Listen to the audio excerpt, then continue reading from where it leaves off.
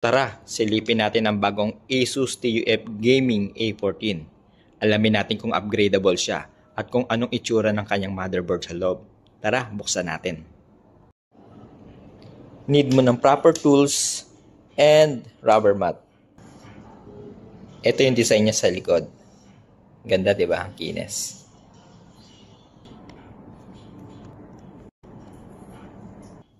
Okay. Design, dual fan. Meron siyang heat pipe. And then big battery. Battery is 15.48 volt with 73 watt per hour.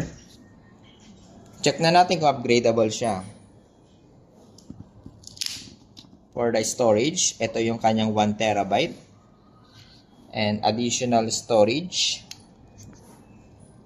ito yung kanyang additional storage. Pwede kang maglagay ng 1 terabyte or another 2 terabyte M.2 SSD NVMe. Ito yung kanyang Wi-Fi module. Ang tanong, upgradable nga ba siya ng RAM?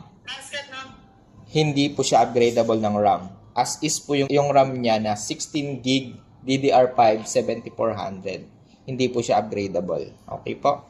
Ayun lang po.